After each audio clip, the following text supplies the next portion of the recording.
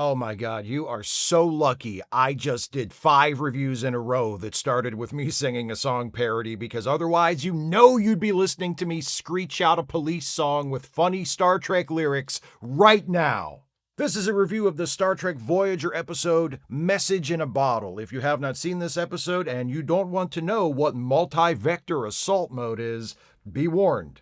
Spoilers beyond this point. Uh-oh! The producers of Voyager are getting bored with their own show again. Time to pretend they're making another show. We begin with B'Elanna complaining to Chakotay about what a jerk 7 of 9 is. Chakotay's like, just work your problems out between the two of you so I don't have to do anything. I need to be above this shit. I'm the boss.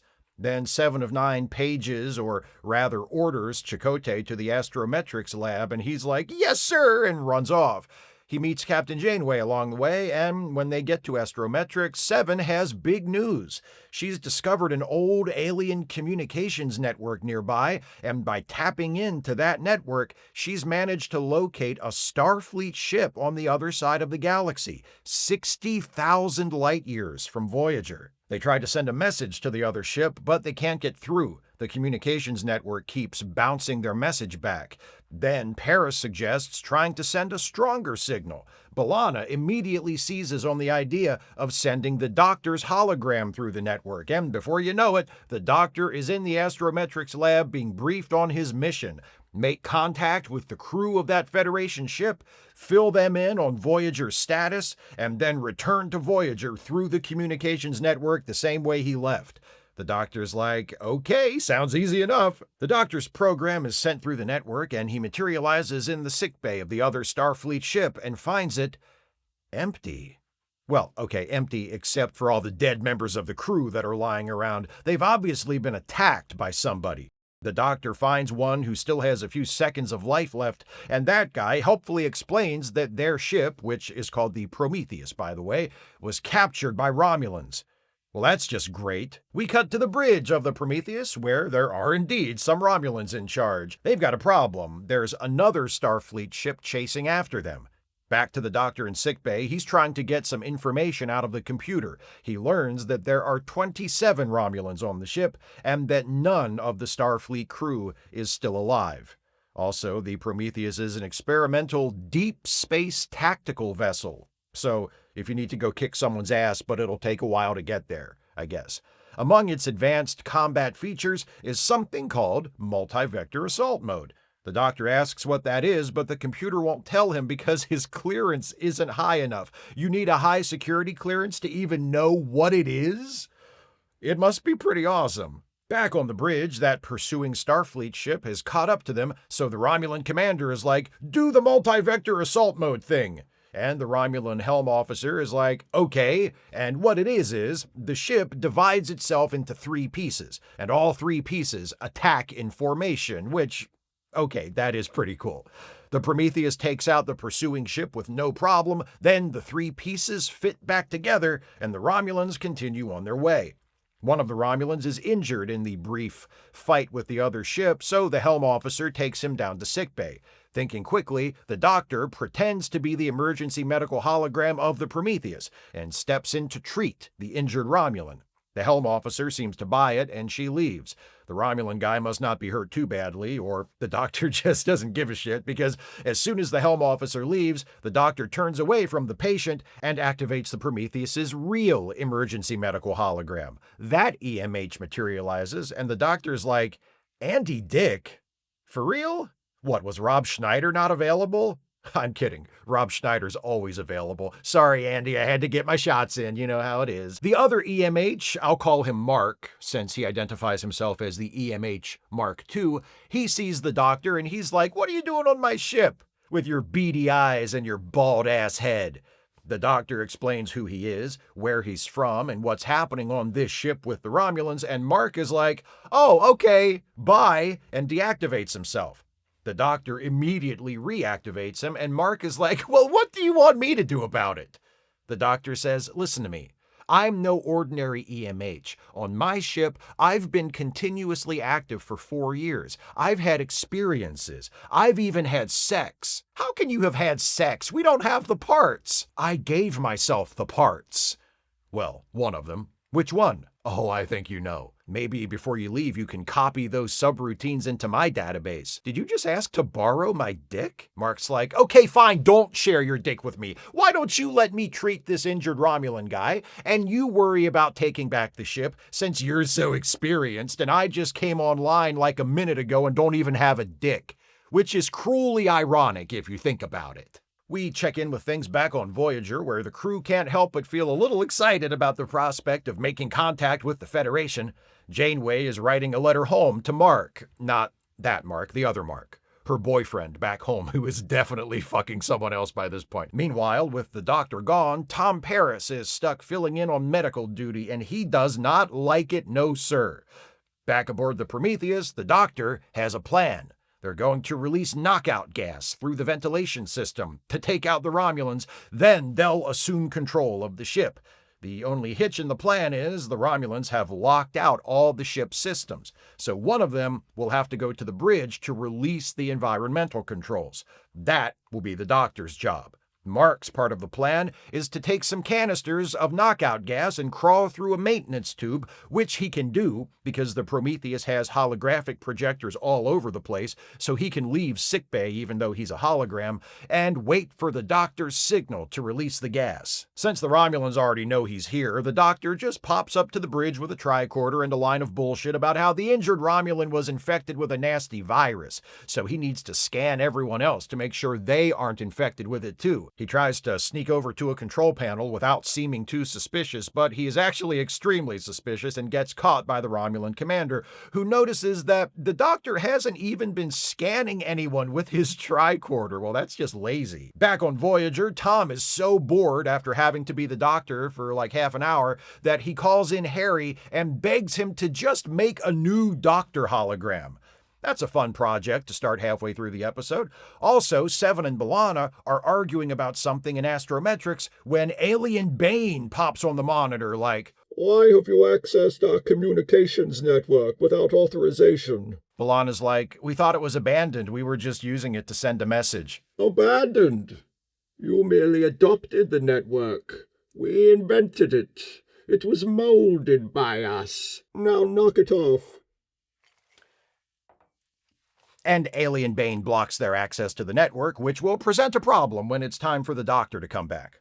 Back on the Prometheus, the doctor is being interrogated by the Romulans when, hey, here comes the gas!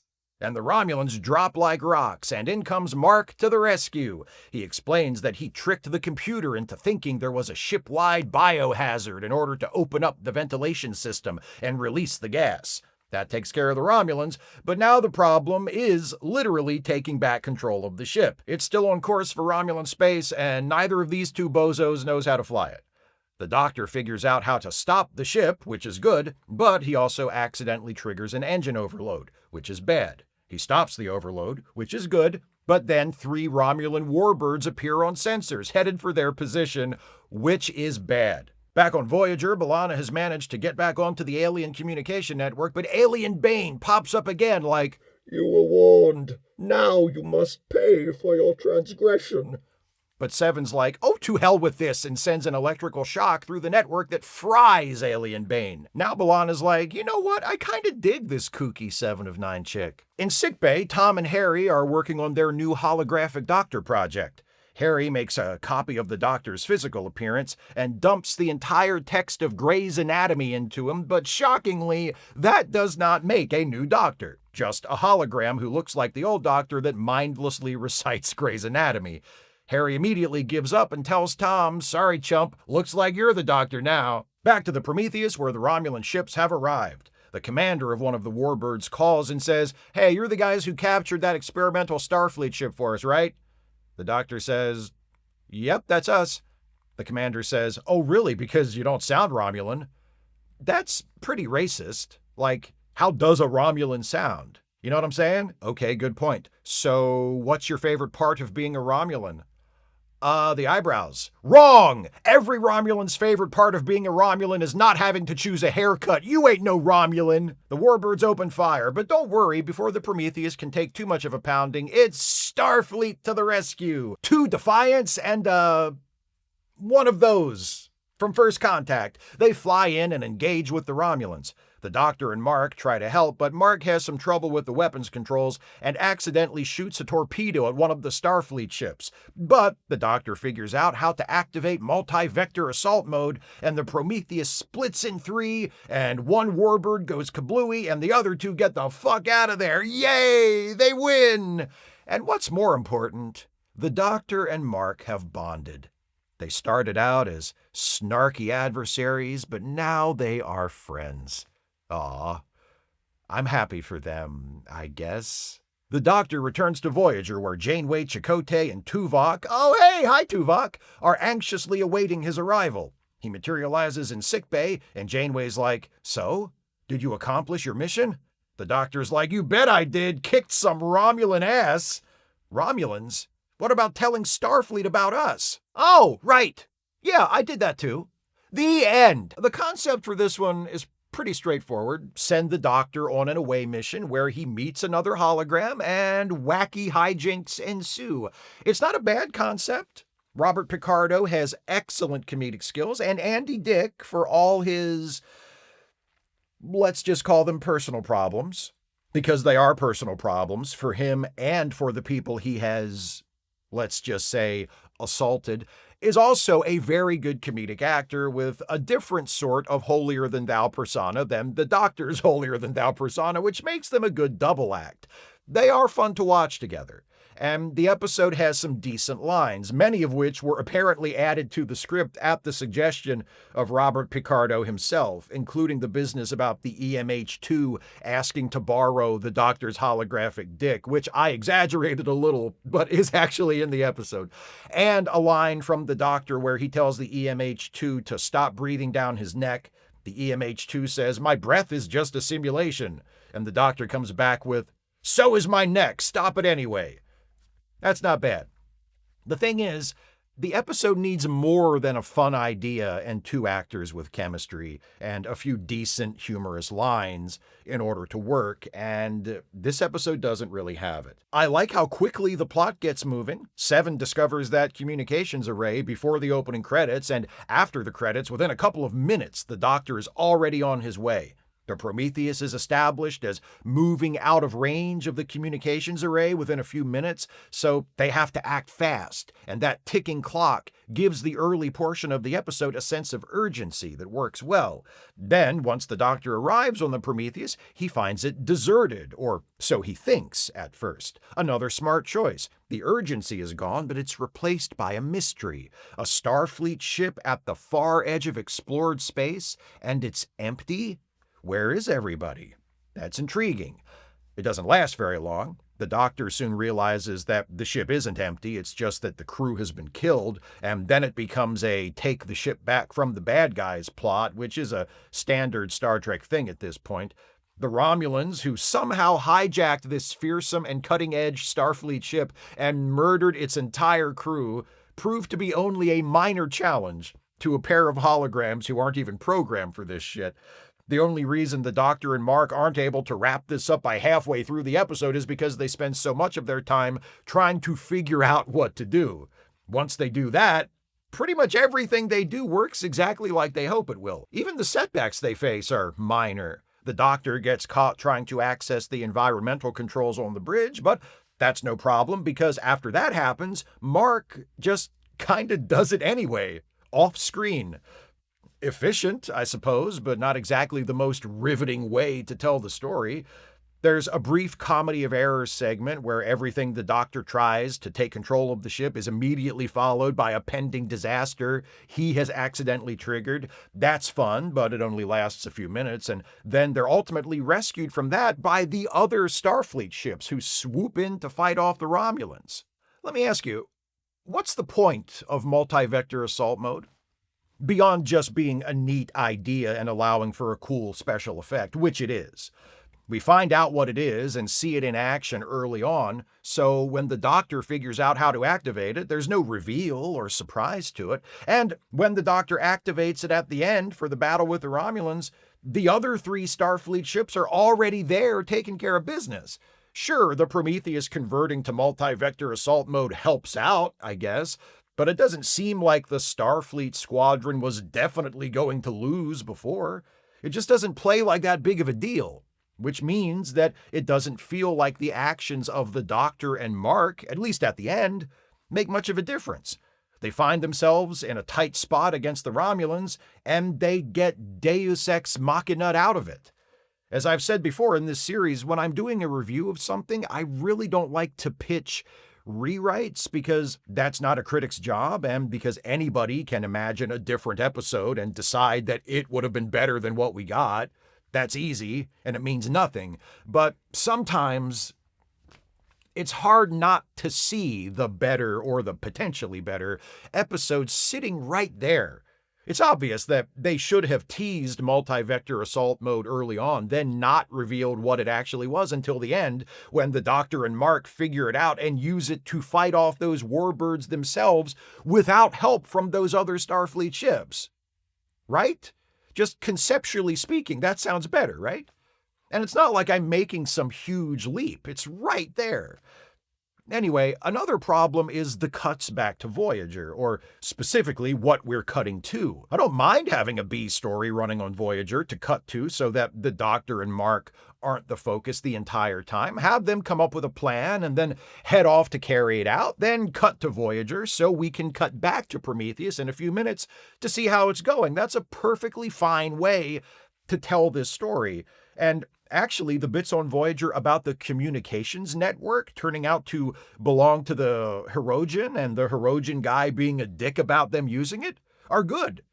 Having Voyager encounter some kind of a threat that causes them to lose contact with their only way to get the Doctor back adds some tension and gives the characters still on Voyager something of their own to do that still feels connected to the main plot with the Doctor. But the Hirogen stuff only takes up 2 brief scenes.